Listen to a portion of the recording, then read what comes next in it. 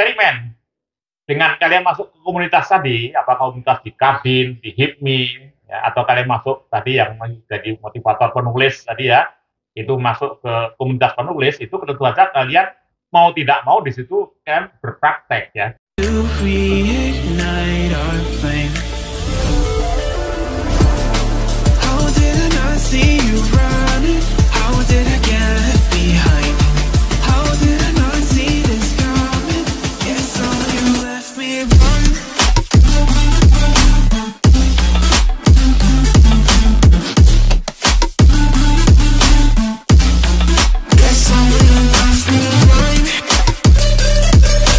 Assalamualaikum warahmatullahi wabarakatuh. Hai guys, ketemu lagi dengan saya Trainer AB Faisal. Kalau kalian ingin tahu kurikulum VT saya atau ingin mendownload buku-buku bestseller saya dengan media, silahkan cari di bio saya di bawah ini. Di sana sudah tersedia semua link-linknya. Ya, kita sudah masuk pada TOT NLP yang ke-31. Ya, berarti TOT NLP yang ke-31 ini kita beri topik move on dari kegagalan. Ya, sekali lagi, move on dari kegagalan. Tapi bagi kalian yang belum subscribe, tolong like dan subscribe dulu, supaya nanti kalau ada topik-topik berikutnya yang lebih menarik, kalian akan dapat pemberitahuan dari saya. Tetapi sebelum kalian melakukan self healing ya, dari kegagalan ya, dari supaya bisa move on itu kalian perlu self healing dulu gitu ya. Kalian perlu simak dulu hingga tuntas TOT NLP yang ke-30 ya. Ini kan 31, yang 30 dulu. Ya, nanti kalian akan tahu sebenarnya apa yang dimaksud dengan growth mindset, fixed mindset itu apa ya. Karena di sini akan dibahas lagi. Ya, kita akan langsung pada bagaimana Anda sekalian itu move on ya. Anda move on dari kegagalan. Jadi nggak perlu lama-lama, gagal itu nggak perlu lama-lama ya.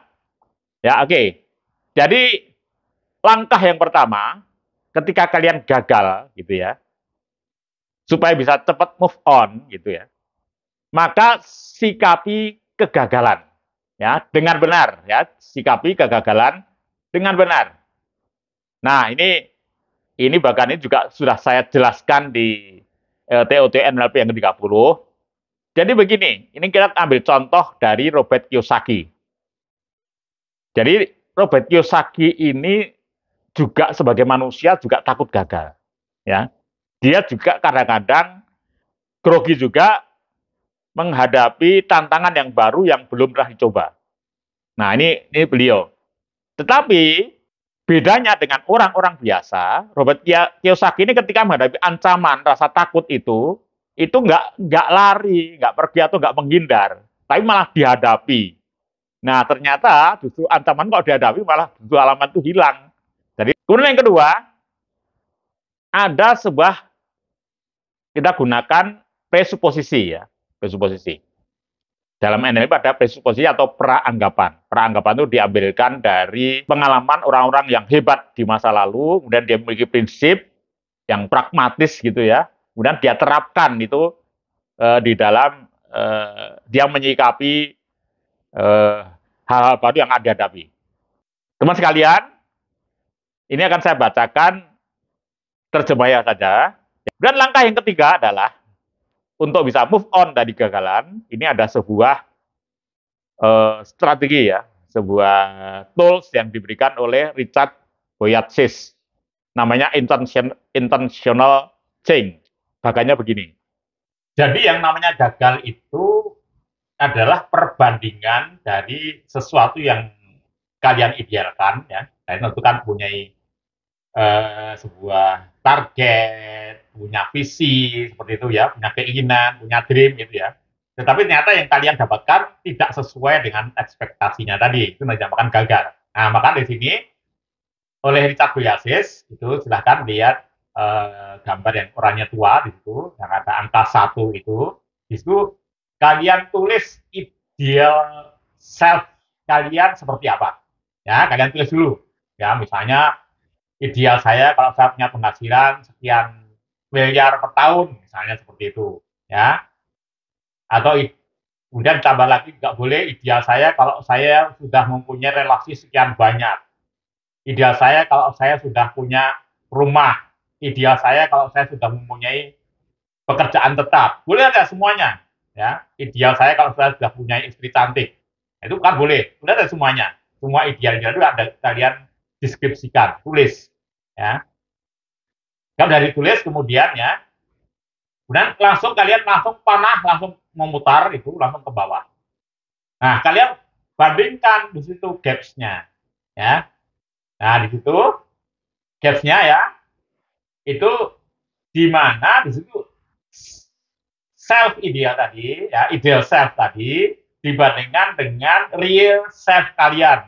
Ya, kalian tadi ketika mengatakan saya ideal saya sudah pernah punya penghasilan 1 miliar umpamanya per tahun misalnya, ternyata saya baru memiliki 200 juta. Ya, bisa berhasil meraih 2 juta. Itu namanya ada gap. Yang lainnya lagi juga ideal saya kalau saya sudah masuk di sebuah lingkungan bisnis, ya, punya relasi banyak, ternyata relasi kalian masih sedikit. Nah, itu semua ditulis gapnya, perbedaannya. Ya. Nah, kemudian kalau sudah kalian tulis, ya, lebih baik dengan sebuah bagan, ya, dibuat bagan kanan dan kiri begitu ya. Yang sebelah kiri adalah ideal self, nah yang sebelah kanan adalah real self-nya dibuat itu dibandingkan ya, supaya bisa enak dibandingkannya. Nah, kemudian yang berikutnya adalah langsung masuk ke uranya muda. Ya, itu adalah learning agenda. Ya, di situ agendanya adalah kalian coba kalian bangun antara kekuatan Anda sendiri ya dengan hal-hal yang bisa mengurangi kemampuan kalian. Itu gapnya kalian buat learning agenda di situ. Ya, kalian tuliskan di situ kekuatan-kekuatan Anda di mana dan hal yang melemahkan Anda di mana. Jadi kelemahan dan kemudian ditulis tadi di bagian tadi yang kanan kiri tadi, itu di bawahnya saja. Ya, gitu ya.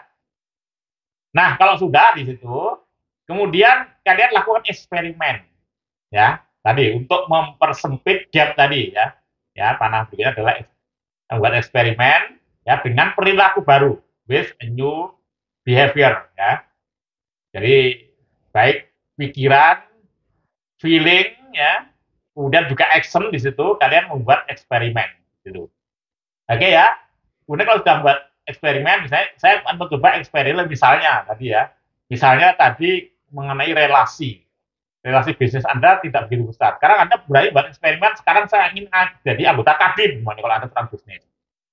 Ya, kalau Anda seorang yang ingin motivator yang mau menulis buku, saya akan masuk komunitas penulis buku, meskipun saya belum menulis buku. Ya, seperti itu ya. Nah, jadi kan buat eksperimen. Dengan kalian masuk ke komunitas tadi, apa komunitas di Kadin, di HIPMI, ya, atau kalian masuk tadi yang menjadi motivator penulis tadi ya, itu masuk ke komunitas penulis, itu tentu saja kalian mau tidak mau di situ kan berpraktek ya, berpraktek laku di situ ya, maka masuk kemudian ke practicing ya dengan new behavior. Nanti akan berubah di situ perilaku kalian pasti ya.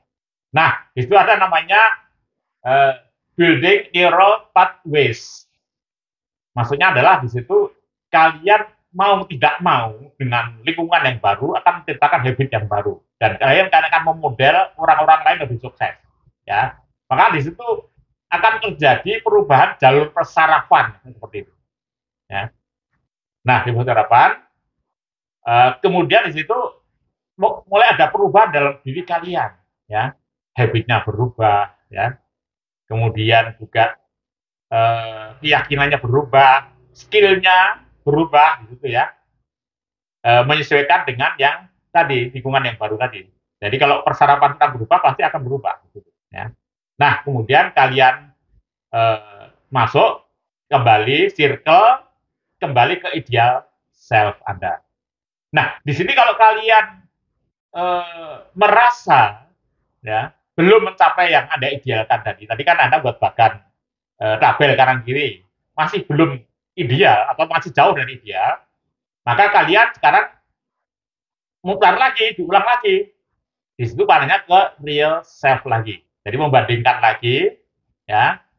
Kalian di situ bandingkan lagi di situ antara real self Anda dengan real self Anda yang baru ya, bukan yang dulu ya. Real self yang baru yang setelah Anda masuk ke kabin, setelah Anda tadi yang penulis masuk komunitas penulis, sudah mencoba menulis buku dan sebagainya, Anda real self-nya yang baru itu dibandingkan dengan ideal self-nya. Terus begitu circle-nya. Oke ya, silakan praktekkan terapi submodality. Ya, ini lebih banyak menyangkut penyakit mental Anda ya. Kita akan buang sampah mental Anda. Jadi ini bagus sekali, ini dikombin dengan dari Richard Boyasis tadi ya, dikombin dengan ini. Jadi begini, ini kalian lihat di situ tabelnya. Jadi itu ada 3 tabel, 1, 2, 3. Tetapi ambil yang nomor 2. Ya, mulai dari nomor 2 ya. Kata dukunnya begitu. Dukun dari Amerika mengatakan dimulai tidak nomor 1, ambil 2. Ya. Di situ kalian coba ya bikin aja kalian ambil kertas kemudian ditulisi kayak begitu itu, tetapi diberi jarak ya antara 1, 2, 3 karena akan kita tulisi. Ya, akan kita isi. Nah, kita mulai dari the big problems. Jadi ketika kalian tadi menghadapi ya situasi yang baru, Anda ingin membangun perilaku yang baru tadi, itu kalian hadapi problemnya apa? Nah, problem Anda selama ini apa? Tulis ya jujur karena ini adalah sampah-sampah mental Anda sendiri. Dan tulis, oh ternyata setelah saya masuk lingkungan baru itu ternyata kelemahan saya ini minder, kurang percaya diri. Kelemahan saya ini saya tidak sepassion teman-teman yang sudah sukses. Ya. Oh, kelemahan saya ternyata saya ini boros, misalnya. Saya ini terlalu gengsi. Nah, seperti itu ya. Kan banyak kalau Anda jadi pengusaha sukses, Anda kalau terlalu banyak gengsi, ya, nggak akan berhasil. Maka tiru pengusaha yang sukses, malah mereka nggak begitu gengsian. Ya, contoh begitu. Anda mau menjual, kalau gengsian nggak bisa menjual. Ini dikumpulin. Jadi semua kalian catat. Saya ternyata, bandingkan dengan teman-teman, ternyata saya kurang gigih, ya, rapuh, ya, terlalu rapuh, ya, mudah menyerah. Nah, ini tulis semua. Nah, kemudian teman sekalian, kalau ada berhasil, ya, berhasil mengidentifikasi, ya, big problems Anda tadi, maka sekarang masuk ke nomor 3. Di situ kalian pilih, gitu ya, di situ pilih ya, problems that otherwise can be solved. Maksudnya begini, problem tadi yang banyak tadi itu problem mana yang jika kalian atasi, ya, jadi cari core masalahnya, ya, akar masalahnya, itu maka semua problem tadi teratasi. Misalnya seperti itu. Cari satu saja dari problem itu. Oh, ternyata core-nya, ya, core masalah saya ini adalah tidak percaya diri, namanya. Atau core saya ini orangnya materi, ya, nggak ikhlas. Jadi mau berbuat sesuatu harus ada duitnya, seperti itu misalnya. Ya, itu boleh juga. Tidak ikhlas. Nah, kalau kalian sudah ketemu core-nya, kalau ini saya tidak atasi ini, saya sudah atasi rasa nggak percaya diri, atau saya menjadi orang yang sekarang menjadi orang ikhlas dan penuh passion misalnya, itu ya, itu sudah saya atasi, maka yang lain akan teratasi. Maka silahkan kalian masuk ke nomor 1. Ya, di situ, what would you like to have even? Maksudnya adalah begini, masih keinginan, gitu ya. Tapi kalian menggambarkan bahwa seakan-akan itu sudah kalian lakukan, ya, apa yang Anda inginkan itu, ya, sudah terjadi seakan-akan. Kalian membayangkan, mengimajinasikan bahwa perilaku, ya, ideal itu sudah kalian lakukan, sudah terjadi. Contohnya begini tadi, jadi itu kalian balik dari nomor 3. Jadi tadi misalnya nomor 3 itu kalian orang yang tidak percaya diri, maka di nomor 1 itu akan sudah terjadi bahwa diri Anda itu seorang yang penuh percaya diri. Ya, seperti itu, maksudnya begitu.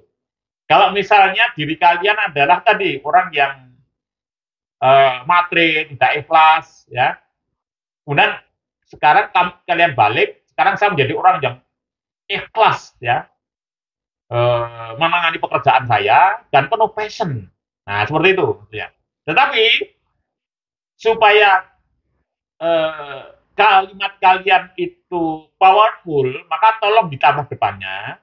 Sama begini, Ya, tulis kalimatnya, mulai hari ini ya, saya sudah menjadi orang yang ya, tadi ya. Nah, tersalah tadi yang problemnya yang problem core-nya tadi apa? Kalau core-nya tadi adalah tidak percaya diri, maka mulai hari ini saya menjadi orang yang penuh percaya diri.